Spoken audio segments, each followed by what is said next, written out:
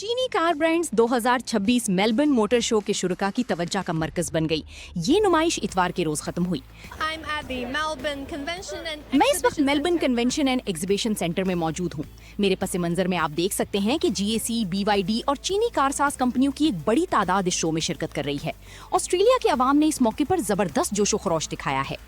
नुमाइश कुनंदगान में तकरीबन निस्फ तादाद चीनी ब्रांड्स पर मुश्तमिल थी, जिन्होंने हाइब्रिड, प्लग इन हाइब्रिड और बैटरी इलेक्ट्रिक गाड़ियों के मुकम्मल मॉडल्स पेश किए। इनमें छोटी साइज की कारों से लेकर दरमियाने दर्जे की SUVs और बड़ी पिकअप गाड़ियां शामिल थीं। मुझे इन गाड़ियों में मौजूद आराम और वो तमाम सहूलियात बहुत पसंद हैं जो इनमें बतौर मेयार दस्तयाब होती हैं। मैं इलेक्ट्रिक गाड़ी की तरफ जाना चाहती हूँ। चीन की मंडी बहुत बड़ी है और मेरे ख्याल में ये यहाँ के लोगों को इंतखाब के लिए बहुत ज्यादा ऑप्शंस देती है। ऑस्ट्रेलिया में हमें वाकई बहुत ज्यादा सहूलतें हासिल हैं। सरकारी आदादोशुमार के मुताबिक साल 2025 में ऑस्ट्रेलिया की नई गाड़ियों की फरोख्त में चीनी साख्ता गाड़ियों का हिस्सा तकरीबन 18% रहा, जो साल 2024 के मुकाबले में तकरीबन 14% से ज्यादा है। चीन साल 2025 में ऑस्ट्रेलिया के लिए नई गाड़ियों का तीसरा बड़ा जरिया भी रहा।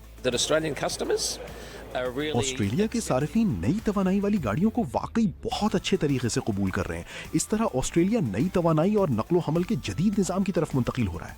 फरवरी 2026 में चीन पहली बार एक ही माह में 22,362 गाड़ियों की फरोख्त के साथ ऑस्ट्रेलिया के लिए नई गाड़ियों का सबसे बड़ा जरिया बन गया था।